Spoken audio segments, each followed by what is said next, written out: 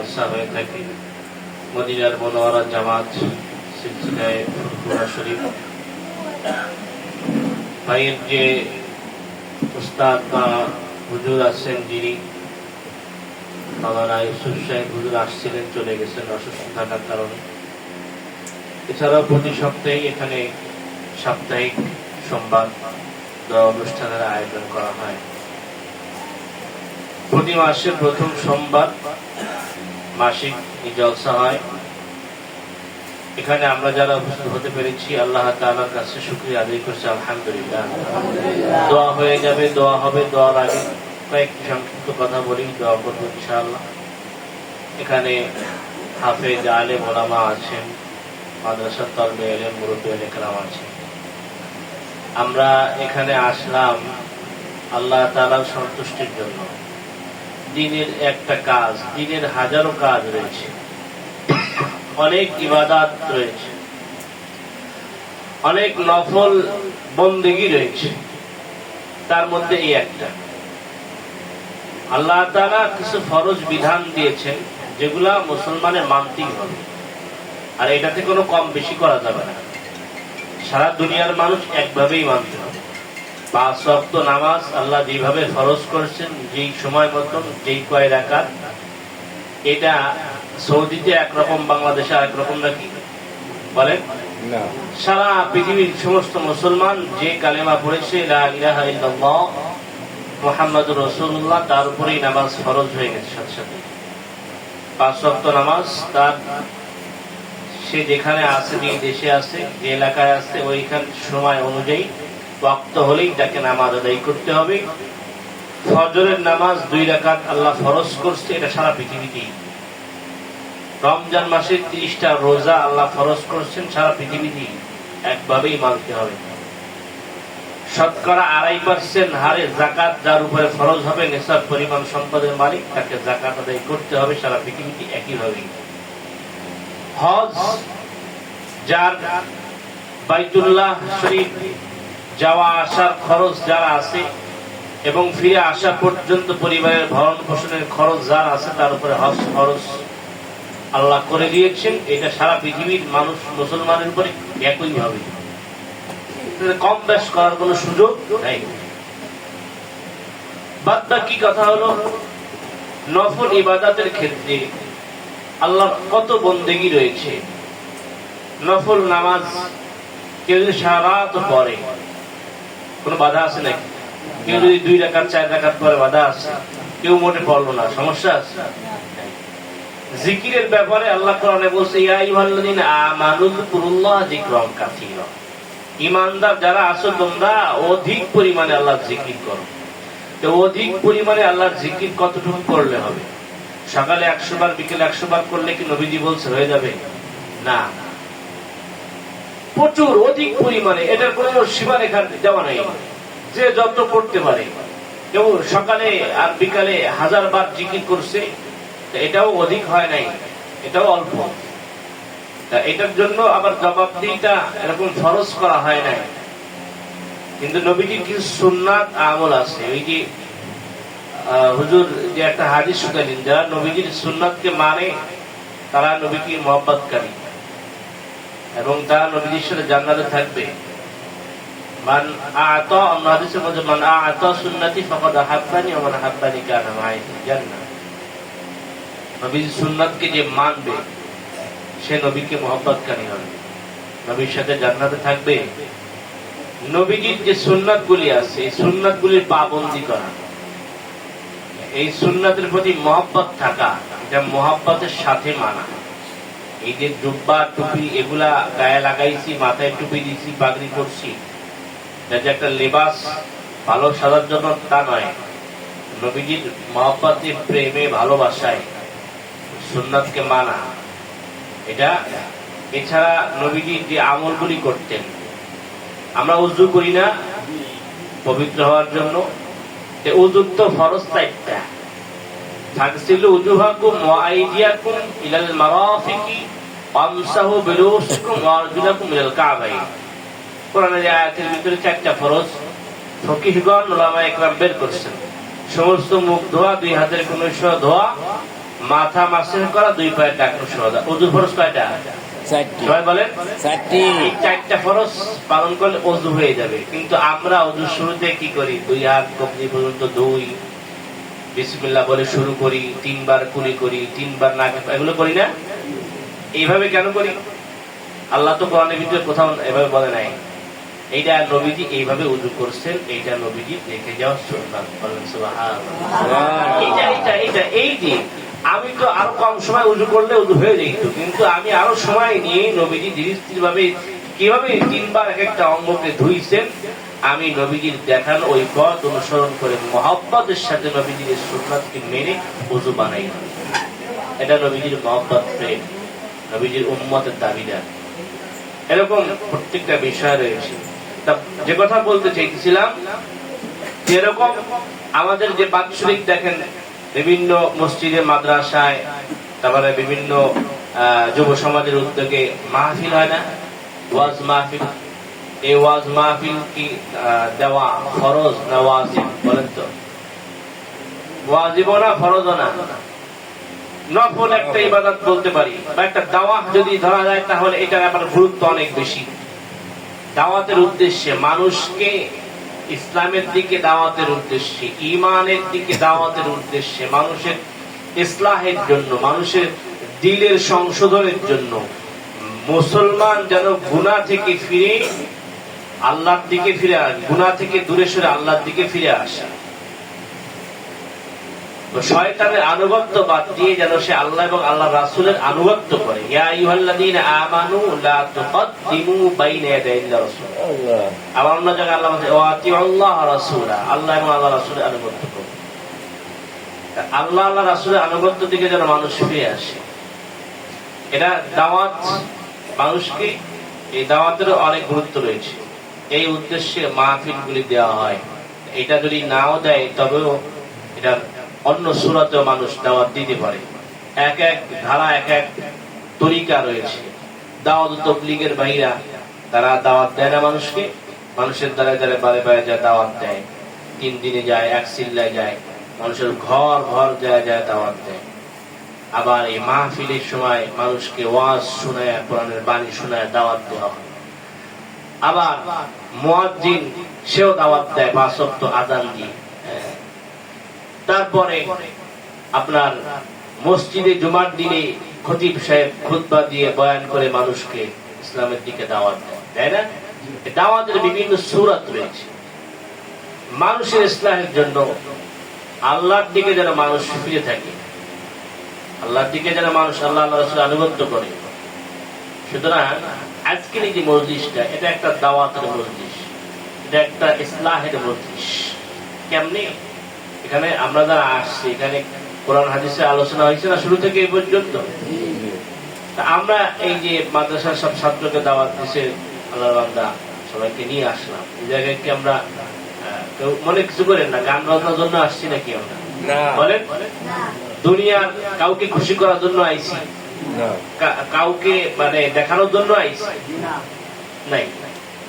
কোন নেতা নেত্রীকে খুশি করার জন্য না, কোন ক্ষমতার জন্য না। আর এরকম কোন গুনাহের পরিবেশও আমরা চাই নাই। আমরা আসছি একটা নিঃসন্দেহ একটা নেক পরিবেশে, যেখানে কোরআন হাদিসের আলোচনা হইতেছে, হয় দোয়া ইস্তিগফার হয়, গুনাহের জন্য আল্লাহর কাছে ক্ষমা চাওয়া হয়। এই কাজগুলা দিনের অংশ কিনা? 5টা মানুষ 10টা মানুষ বসলো, আসলো, কোরআন হাদিসের 2টা কথা শুনে কারো না কারো একটা কথা দিলে লাগলো, সে আমল করা শুরু করলো, তাহলে হেদায়েত হইল। এটা নিয়ে বিরোধিতা করার কি আছে ভাই? মতের পার্থক্য থাকবে আপনার সাথে ভাই। এই দুনিয়ায় জমিনে বহু মত পথ রয়েছে, বহু দল সিলসিলা আছে। দেখেন সেই এখনের বাদ দিয়ে আরো আগে থেকে তাবেই যুগ থেকে, তাবেই যুগ থেকে 4 জন ইমাম, 4 মাযহাবের কথা আমরা জানি তো। ইমাম আবু হানিফা, ইমাম শাফিঈ রাহমাতুল্লাহ আলাইহি, ইমাম আহমদ ইবনে হাম্বল, ইমাম মালিক রাহমাতুল্লাহ আলাইহি। শ্রেষ্ঠ এই 4 জন ইমামের আমরা ভালো করে চিনি এবং 4টা মাযহাবের কথা জানি, মালিকি, শাফিঈ, হাম্বলি, হানাফি। এই চার ইমামের চার রকম মতভেদ আছে না? আছে, মত পার্থক্য আছে বিভিন্ন মাসলা মাসাইল বিষয়ে। একজন ইমাম একটা মত দিয়েছে, আরেকজন তার উল্টোটা দিয়েছে, দুজনেরটাই সঠিক। কিন্তু কেউ কারোর লোকে মারামারি করে গানজাম করে মাথা ফাটাইছে নাকি? না, মানে দুজনেরটাই সঠিক হয়েছে। এটা কোরআন হাদিসের সাবেক করে দলিল দিয়ে তাদেরটাই সঠিক। হানাফি মাযহাব মতে আপনার কেটে যাবে এখান থেকে রক্ত এক ফোঁটা গড়ায় ফেললে উযু শেষ। শাফিঈ মাযহাবে উযু ভাঙবে না। এখন আপনি কি করবেন? কোন শাফিঈ মাযহাব মতে, যারা শাফিঈ মাযহাব মানে ইমাম শাফিঈ রাহমাতুল্লাহ আলাইহির মত অনুযায়ী তার উযু নষ্ট হবে না। ইমাম আবু হানিফার মত অনুযায়ী উযু নষ্ট হয়ে যাবে, উযু ভেঙে যাবে। উযু ভাঙার কারণ আমরা 7টা করেছি না, তার মধ্যে একটা আছে। এই মত পার্থক্য ছিল, আছে, থাকবে কিয়ামত পর্যন্ত। তো আজকে এই মজলিস নিয়ে এটাও মত পার্থক্য থাকবে ভাই। তাই বলে তো একজনের বিরোধিতা বা শত্রুতা করার কিছু নাই। আপনার পছন্দ হয় না, আপনি দাঁড়ায় মিলাদ কিয়াম করবেন না, দরকার নেই। এখানে নাজায়েজ কোনটা হইতেছে আপনি এটা দেখেন, শিরক হইতেছে কিনা, আল্লাহ দ্রোহী কাজ হইতেছে কিনা, কোনো গুনাহ হইতেছে কিনা আপনি এটা দেখেন। মানুষ দ্বিধা আসছে, ওপেনে গুনাহের পরিবেশ কায়েম করতেছে, বক্স বাজায়া গান বাজায়া মানুষের বিরক্ত করতেছে, অর্ধুলঙ্গ হয়ে নাচানাচি করতেছে। এটা নিয়ে মাথা ব্যথা নাই, এটা নিয়ে কোনো বিরোধিতা নাই, এটা নিয়ে কথা নাই। কথা আছে কি যে ওইখানে দিনই পরিবেশ কায়েম হয়েছে, ওইখানে দাঁড়ায় কিয়াম করলো। এটাও ইমামদের, বড় বড় উলামাদের মাসালা অনুযায়ী কোরআন হাদিস দ্বারা সাবেক হক সিলসিলা যে সমস্ত আপনার পীর মাশায়েখগণ আছে, ফুরফুরা শরীফ, এরপরে সেই সিলসিলায় সরসিনা শরীফ, এখানে এত বড় বড় আল্লাহ ওয়ালারা ঘুমায় আছে, এখনো জিন্দাও আছে। সেখানে লক্ষ লক্ষ মানুষ হেদায়েত পাইছে, দ্বীন পাইছে, বুঝ পাইছে। তারা দাঁড়ায় কিয়াম করতেছে, মিলাদ করতেছে। মত পার্থক্য থাকবে, মতানৈক্য থাকবে, কিন্তু কালেমার জায়গায় এসে ঐক্য থাকতে হবে। সবাই মুসলমান, তো সে মানতেছে এইভাবে জিকির করে। এই যে নেসারাবাদ বা ফুরফুরা সিলসিলায় নফি ইসবাতের জিকির হয়, লা ইলাহা ইল্লাল্লাহ, লা ইলাহা ইল্লাল্লাহ, এই সিস্টেম হয় কিনা? এটাও সালেহ, এটাও সহিহ। আবার কেউ লা ইলাহা ইল্লাল্লাহ পুরোটাই জোরে বলে জিকির করতেছে, তো মারামারি করার কিছু নাই। আমরা বুঝি না, আমরা বুঝের অভাব, বুঝতেও চাই না, জানি না, জানার অভাব, জানতেও চাই না।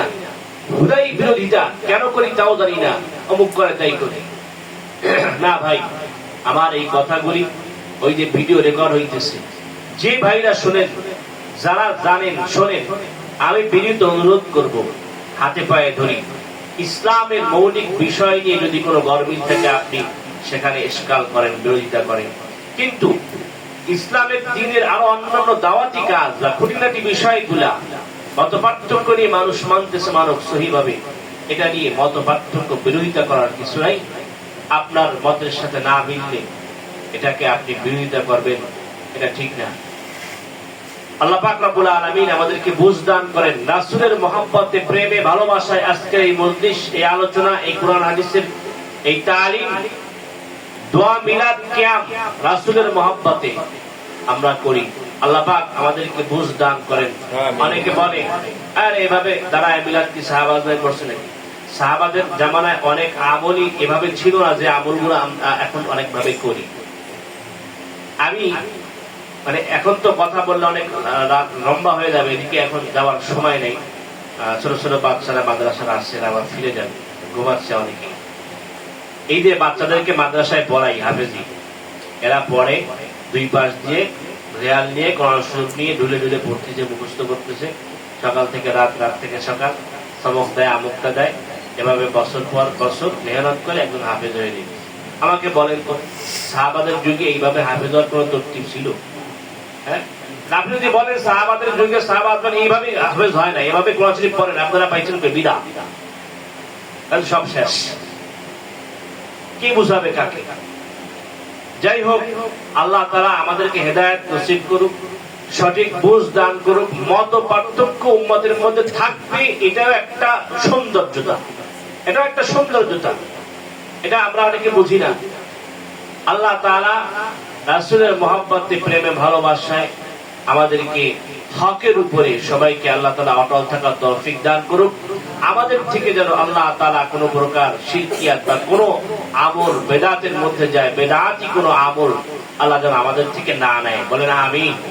আর আজকের এই মজলিস, এই কোরআন হাদিসের আলোচনা, ইসলাহি জলসা, দোয়া অনুষ্ঠান, মিলাদ কিয়াম, আল্লাহ পাক রব্বুল আলামিন আল্লাহর সন্তুষ্টির জন্য, আল্লাহ রাসূলের মহব্বতের জন্য আল্লাহ পাক রব্বুল আলামিন কবুল ও মঞ্জুর করুন। আমিন। আখির দাওয়ানা আলহামদুলিল্লাহ। 26 তারিখ ঈদে মিলাদুন নবী মাহফিল এখানে হবে। 26 এই মাসের 26 পরে রবিউল আওয়াল, 12ই রবিউল আওয়াল ঈদে মিলাদুন নবী এখানে অনুষ্ঠান প্রতি বছর হয়, এবছর ইনশাআল্লাহ হবে। আপনাদেরকে দাওয়াত থাকলো ইনশাআল্লাহ। ইস্তিগফার ওয়া আস্তাগফিরুল্লাহাল আযীম ওয়া আতুবু ইলাইহি। লা হাওলা ওয়া লা কুওয়াতা ইল্লা বিল্লাহিল আলিয়্যিল আযীম। اللهم صل على سيدنا نبينا شفيعنا حبيبنا مولانا محمد صلى الله عليه وعلى آله وأصحابه وبارك وسلم. اللهم آمين. اللهم أنت السلام ومنك السلام، تباركت ربنا وتعاليت يا ذا الجلال والإكرام. ربنا آتنا في الدنيا حسنة وفي الآخرة حسنة وقنا عذاب النار. ربنا اغفر لنا ولوالدي وللمؤمنين يوم يقوم الحساب. رب العالمين এশার নামাজ বাদান্তে আয় আল্লাহ, এই প্রতিষ্ঠানে বসে আমরা কিছু গুনাহগার বান্দারা হাত উঠেছি। রব্বুল আলামিন, যে মাগরিব থেকে নিয়ামত শুরু হয়েছে, আল্লাহ কোরআন তেলাওয়াত, নাযিলাতুল হাম, কোরআন হাদিসের আলোচনা আমরা যারা করেছি, বলেছি, শুনেছি, আল্লাহ ভুল ত্রুটি মার্জনা করে আমাদের সকল নেক আমলগুলোকে তুমি কবুল করে নাও। আল্লাহ সবটুকু লক্ষ কোটি গুণ বৃদ্ধি করিয়া কায়নামদের তাজেদারে মদিনা হুজুরে নূর সাল্লাল্লাহু আলাইহি ওয়াসাল্লামের রওজা ধারে পৌঁছায় দাও। ইয়া আল্লাহ, সালাত পয়গম্বর নবী রাসূল, আল্লাহ রাসূলের সালাত, সাহাবী, লক্ষাধিক সাহাবী, আল্লাহ তাবেঈন, তাবেঈন, মুজতাহিদিন, আল্লাহ তাদের সকলের রূহে তুমি সবটুকু হাদিয়াতান পৌঁছায় দাও। তামাম দুনিয়ার মাটি নিচে আল্লাহ যত আউলিয়া ইকরাম, পীর মাশায়েখ, গাউস, কুতুব, উলামা, মাশায়েখ, শাইখ, মুমিন, মুমিনাত, মুসলিমিন, মুসলিমাত, শাইখ, আল্লাহ তাদের আরওয়াহে সবটুকু পৌঁছায় দাও। মালিক, যারা হাত উঠাই নামাজ করে এই মজলিসে আমাদের মা বাবা, দাদা দাদি, নানা নানি, শ্বশুর শাশুড়ি, ভাই বোন, স্ত্রী পুত্র স্বজন আপনজন, আল্লাহ কত মানুষকে জানাজা দিয়েছি, দাফন করেছি, আল্লাহ তাদের রূহের সবটুকু তুমি পৌঁছায় দাও। মাওলাই কারীম, আল্লাহ যারা হাত উঠাইলাম, আমাদের জিন্দেগিতে কত গুনাহ করেছি কোনো হিসাব নেই আল্লাহ। গুনাহ করে করে গুনার পাহাড় করেছি। তুমি রহমানুর রহিম, তুমি গফুরুর রহিম। আল্লাহ, জীবনে এমন কত গুনাহ রয়েছে মালিক, যে গুনাহের খবর আল্লাহ তুমি আল্লাহ ছাড়া কেউ জানে না। ও মালিক, সত্তার নাম দিয়ে গুনাহগুলোকে গোপন রেখেছো, রেখেছো। আল্লাহ গফফার নাম দিয়ে গুনাহগুলোকে তুমি মাফ করে দাও। আল্লাহ আমাদেরকে তুমি ধরাশায়ী করো না, গুনাহ অবস্থায় মরণের ডাক তুমি দিও না। আল্লাহ মৃত্যুর সময় যন্ত্রণা দিও না। কবরের কঠিন অন্ধকার ঘরকে অন্ধকার আমাদের জন্য করে দিও না। আল্লাহ হাসরের ময়দানে তুমি বিচারের কাজ করায় দাঁড় করায় না। আল্লাহ হিসাবকে সহজ করে দিও। ও মালিক, তোমার আরশে আজিমের নিচে স্থান করে দিও। আল্লাহ মালিক রে, গুনাহের জন্য অনুতপ্ত লজ্জিত হয়ে ভিখারির মতো হাত উঠেছি। আল্লাহ আমাদের গুনাহ দিকে তাকায়ও না, তোমার রহমতের সাগরের দিকে তাকাও। আমাদের জিন্দেগীর সব গুনাহগুলোকে তুমি মাফ করে দাও।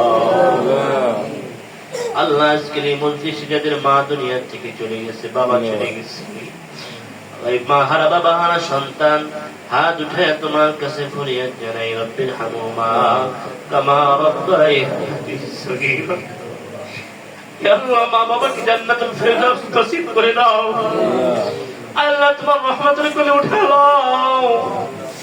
ও মালিক, তাদেরকে তুমি তোমার নূর দিয়া, জান্নাতি নূর দিয়া কবরগুলাকে নুরানি করে দাও। যাদের মা বাবা বেঁচে আছে আল্লাহ সুস্থতা নেক হায়াত দারাজ করো। আল্লাহ তাদের খেদমত করে তোমার সন্তুষ্টি হাসিল করার তৌফিক দিয়া দাও। আল্লাহ আজকের এই দোয়ার মজলিসকে তুমি কবুল করো। মাসিক ইসলামী মজলিসকে আল্লাহ তুমি কবুল করো। দরবারে মদিনা মুনওয়ারা জামাতকে আল্লাহ তুমি কবুল করো। আল্লাহ আজকের এই প্রোগ্রামে তোমার অনেক বান্দারা হাজির হয়েছে। আল্লাহ ওলামায়ে ইকরাম উপস্থিত আছে, হাফেজে কোরআন, কচি কচি ছোট্ট মাসুম তালবে ইলমরা উপস্থিত আছে। আল্লাহ যারা তোমার কোরআন নিয়ে বিদ্যাত পড়ে থাকে, তোমার কোরআন সিনায় দিয়া আল্লাহ তোমার কোরআন হিফজ করার জন্য দিন-রাত মেহনত করে, সে সকল তালবে ইলমদেরকে নিয়ে হাত উঠাইছি মানি। এমনও কিছু মানুষ এখানে রয়েছে আল্লাহ তাদের তাহাজ্জুদ কামাই হয়। আমি গুনাহগার এই মানুষগুলোকে নিয়ে হাত উঠাইছি। আল্লাহ এমন মানুষ রয়েছে যার তওবা তোমার কাছে বড় কবুল। তাদের হাত রুশিনায় আল্লাহ আমাদের হাতগুলিও তুমি কবুল করে নাও। আল্লাহ তোমার ঘর কাবা জিয়ারত করে আসছি এমনও মানুষ রয়েছে মজলিসে, আল্লাহ তুমি কেমনে ফিরাই দিবা। আল্লাহ কবুল মঞ্জুর করে নাও। ও মালিক, ওজিয়ার রহমান আল্লাহর বান্দা, তার এই ব্যবসা প্রতিষ্ঠানে তুমি বরকত দিয়ে পরিপূর্ণ করে দাও। ইয়া আল্লাহ, তার মেজু জামাইয়ের পাগনা আল্লাহ বিদেশের মাটিতে রয়েছে সাব্বির, আল্লাহ মেহেরবানি করে তাকে তুমি কবুল করো। সকল বিপদ আপদ বালা মুসিবত থেকে হেফাজত করো। সুস্থতার সাথে নেক হায়াত দারাজ করে দাও। আল্লাহ সঠিকভাবে যেন তার দায়িত্বগুলি সে পালন করতে পারে, দিন মানতে পারে, 5 ওয়াক্ত নামাজ পড়তে পারে, তৌফিক দিয়া দাও রব্বুল আলামিন। আল্লাহ যে সকল ভাইয়েরা বুঝে না বুঝে আল্লাহ বিরোধিতা করে, আল্লাহ তাদেরকে তুমি সঠিক বুঝ দান করো, হেদায়েত নসিব। আয় আল্লাহ মতানৈক্য সহিত করে সুন্দর কিন্তু বোঝার তৌফিক দিয়া দাও। ربنا تقبل منا إنك أنت السميع العليم وتب علينا مولانا إنك أنت التواب الرحيم। মালিক রে ফরিয়াদ, আয় আল্লাহ তোমার কাছে শেষ ফরিয়াদ। আল্লাহ একটাবার তোমার ঘর কাবা জিয়ারত নসিব করে দাও। রাসূলের রওজার সামনে দাঁড়ায়া রাসূলকে সালাম দেওয়ার সৌভাগ্য নসিব করে দাও আল্লাহ। যারা গেছি বারবার যাওয়ার তৌফিক দান করো, যারা যায় না আল্লাহ তাদেরকে তৌফিক দান করে দাও। ঈমান নিয়া আমল নিয়া তোমার সন্তুষ্টি নিয়া আল্লাহ মরতে পারি সেই তৌফিক তুমি দিয়া দাও। সাল্লাল্লাহু তাআলা আলা খায়রি খালকি محمد وعلى آله وأصحابه أجمعين وجعل آخر كلامنا عند الموت لا إله إلا الله محمد رسول الله. السلام عليكم.